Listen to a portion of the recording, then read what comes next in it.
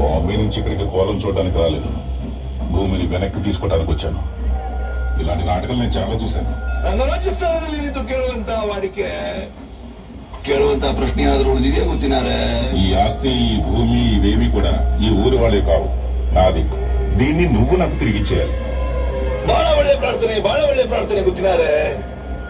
ನಿಮ್ಮ ಜಾಗ ನಾನು ಎಂದಿರಿಸಿಕೊಡ್ತೇನೆ, ಊರವರ ಜಾಗವನ್ನು ನಾನು ನಿಮ್ಗೆ ಎಂದಿರಿಸಿಕೊಡ್ತೇನೆ. అయితే నువ్వు తిరిగి ఇవ్వలేవా? ಕೋರ್ಟಿಗೆ ಹೋಗ್ತಿ, ಆದ್ರೆ ನಿನ್ನ ತೀರ್ಮಾನ ಮೆಟ್ಲಲ್ಲಿ ನಾನು ಮಾಡ್ತೇನೆ. ಜಾಗ ಊರಿನವ್ರದ್ದು, ಅದರ ತೀರ್ಮಾನ ಇವತ್ತಲ್ಲ, ముందొంದು కాಲ బరಬೇಕಾಗ್ತದೆ. ఊరు వాళ్ళకి చెందిందా? ఇది దేవుడు మాట్లాడుతున్నాడా, దేవుడు నర్తకుడు మాట్లాడుతున్నాడా? మసాలా నూనె రాయిచ్చి మా పూర్వీకులను మోసం చేసినట్టు నన్ను చేయడం కుదరదు.